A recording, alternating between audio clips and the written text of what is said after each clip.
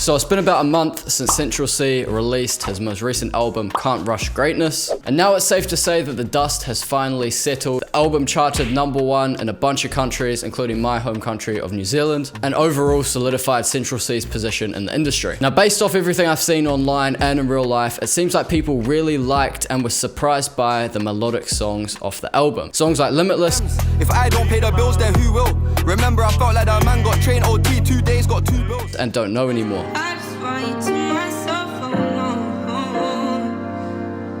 I think the emotional vocal samples from people like Gabe Lucas, Lily Kaplan, I think Seku Music, and a few other people really struck a chord with people. So since the album came out, I've been working and refining my method for making these type of vocal samples and vocal sample beats.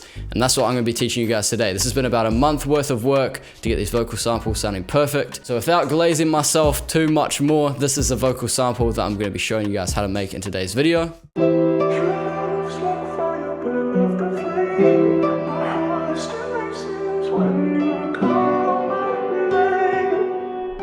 And obviously we're going to be putting some crazy drill drums on top of the sample as well. Stick around for the whole video. There's a bunch of sauce in this, and the channel's been growing at a rapid rate recently, so make sure you go ahead, like and subscribe. Without further ado, let's get into it, man. Okay, so we're in the project, and obviously for these type of beats, the first thing I'm always going to pull up is a piano. So if we go ahead and make a D minor triad, that's what it looks like. And if we push it up 1, it's almost the exact same chord, just pushed up an octave with the A moved up 1. And the only reason that I moved the A up 1 was because I was just messing around with the chord and thought that it sounded better. I did the same thing for the whole progression.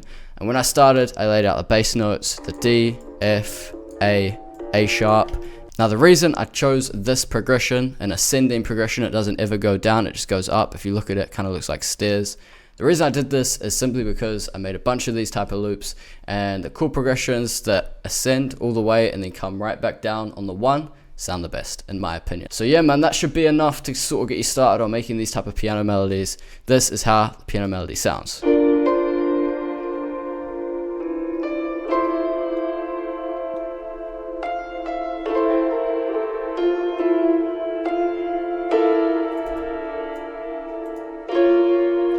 With these passing notes, you kind of want to do a call and response. I feel like in this section, we have a call, and in this section, we have more of a response.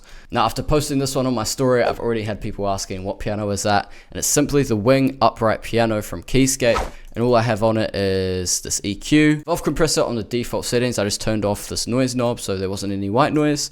Vintage verb, quite heavy vintage verb, 26%. Effect rack on the Crystal Choir preset. If you know about this preset is fire. And that's the whole piano. As you can see, we got it here. And what I did for this first part of the sample is I simply shrunk it down and played the first chord twice, stretched this out to get the third chord, and just made the third chord play twice because I felt in the beginning of the sample I wanted to keep it a bit more simple, a bit more sparse.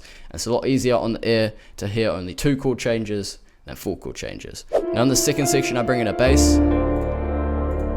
As you can hear, it's following just the root notes of the sample, but a bass is not the only thing that I add in. I've added in the soft piano from Sky Keys, and the only effects on it are Pan Man, just to make it a bit wider, and Vintage Verb, which isn't even that heavy.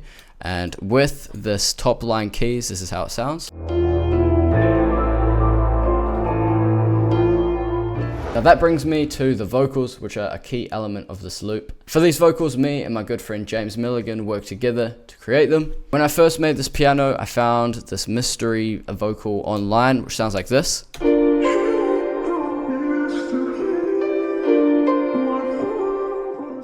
I knew these vocals weren't going to stay in the final loop. They weren't sort of exactly what I wanted. Now my friend James is more of a singer-songwriter. He doesn't actually make too many beats. His background is in production, but he's more of a singer-songwriter. So if you guys are working with session musicians or singer-songwriters or anything of that nature, it is good to go ahead and have some reference vocals already in the track, or maybe go ahead, get a VST saxophone or a VST violin for them to sort of not exactly replay, but so they know kind of where you want the sample to go, what direction to take it in.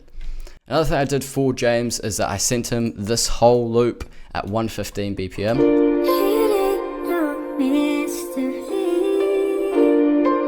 There's 2 reasons I did that. The first reason is that it's easier for most people to sing at a slower BPM than a higher BPM. And the second reason is very speeding. Now, very speeding is this effect that you get when you speed up vocals. You can hear it the most in the vibrato sections of the vocals. Basically, Makes the vocals sound cool when you speed them up. I also pitched it down when I sent it over to him. So I sent it at a lower pitch and a lower BPM. So then I could pitch it up and speed it up to make it sound better. He recorded this at 115 BPM. This is how the raw vocals sound. Bro's super talented.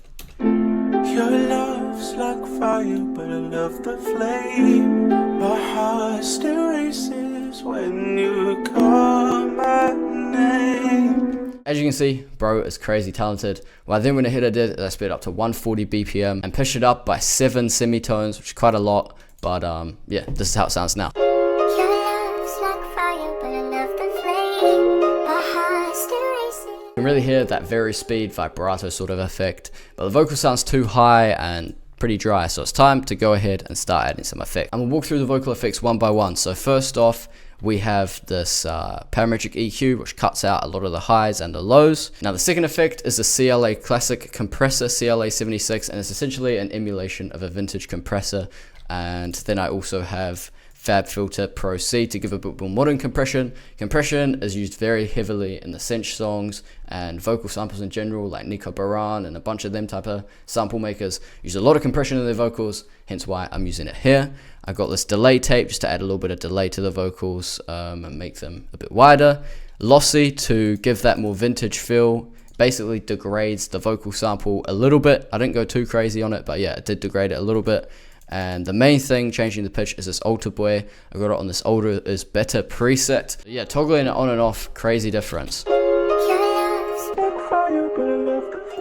Yeah, that alter boy is really what brings the vocal sample together, and from then it's just adding sort of fun effects. So I added the supermassive, then you know, an actual reverb, and finally an EQ, just making sure all those bass frequencies are cut out. And then I've got Fruity Reverb 2 as well, which I actually didn't end up turning on the final sample. So those are the vocal effects. If you want this effects chain, it's going to be linked down the description. You can go get that for completely free. So there we have it, the whole vocal sample. Probably a bit more simple than some of you were expecting. It's really the effects chains which are the main source for this section of the video. We'll play out the final sample one final time before we get into making the drums. Alright, so the first thing I'm going to do is I'm going to go in, I'm going to throw down that classic drill hi-hat bounce.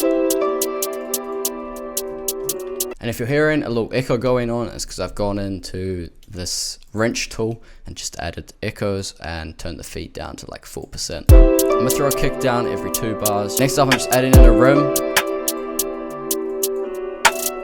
Central C opted to use rims much more than snares or claps in the album. Keeping the 808 pretty simple for now. Now the log drums are often panned quite significantly. It's panning perk at the end of 8 bars just to lead into the next section.